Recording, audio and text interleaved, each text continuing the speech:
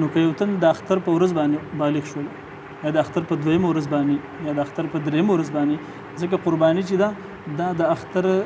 اوله ورځ دویمه دریمه تر دې ورځې پورې قرباني کوي. نو اوس که یو الګ داسې دی چې د اختر په ورځ باندې بالغ شو یا په دویمه ورځ یا په دریمه ورځ خو دا نور پرېوتونه مخکې نو په ده باندې قرباني واجب ده. اوس د بلوغت علامت څه دی چې یو سړی مونږ ته به دا څنګه پته لګي چې دا سړی بالغه دی دا سړی بالغه نه شو. ګوره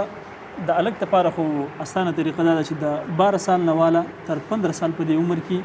دننه په دې کې دته د بلوغت علامت ښکاره شي. هغه دا دی چې انزال ورته وشي احتلام ورته وشي وشولې او د دې 12 سال نه والا تر 15 سال کې که داسې علامت ښکاره نه شول نو د 15 سال نه بعد به دې بالغ شمارلی کېږي. ټول احکامات په ځکه د قربانۍ دپاره یو شرط دا هم دی چې دی به بالغ وي نو هغه احکامات یا روژه نیول شول یا نور چې کوم احکامات د بلوغت سره تعلق ساتي چې دی بالغ شي دا پې جاري کېږي نو هغه احکامات بیا په ده جاري کېږي. او د جنۍ طریقه دا ده چې د 9 کالو نه والا تر 15 کالو په دې عمر کې دننه کې دې ته داسې د بلوغت علامت ښکاره شول مثلا لکه حیض راتلل شول یا حمل ټه راویدل شول نو دا د بلوغت علامت دی. دې باندې به بیا د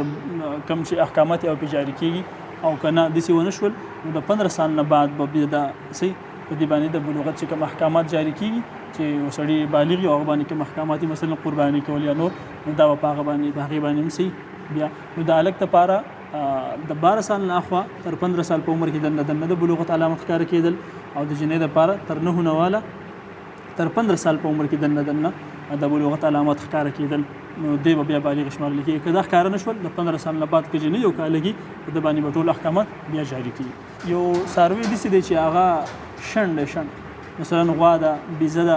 یا میخه ده دا شنډې بچي چې نه راوړي نو د دې قرباني بالکل جایز ده. لکه څنګه چې د یو خسي مثلا غوایي دی سنډه دی پیسه دی دا یې خسي کړی نو څنګه چې د دغې قرباني جایز ده داسې د دغې شنډ چې کوم مؤنث څاروی دی د ده هم څه ده قرباني جایز ده. اوس که یو سړی وایي چې زه داسې کار کوم چې ځان نه 7 ګډې اخلم یا 7 بیزې اخلم یا 7 ګډان اخلم د هغې نه به قرباني وکړم نو بالکل دی اخیستی شي خو د ده واجب قرباني د یو نه به ادا کېږي څه یو نه به ادا شي دا شپږ چې دی کې مې حلالۍ دا قرباني کوي دی نو دا به نفل شمارلی کېږي نفل قرباني به شمارلی کېږي. ټیک شو. اوس که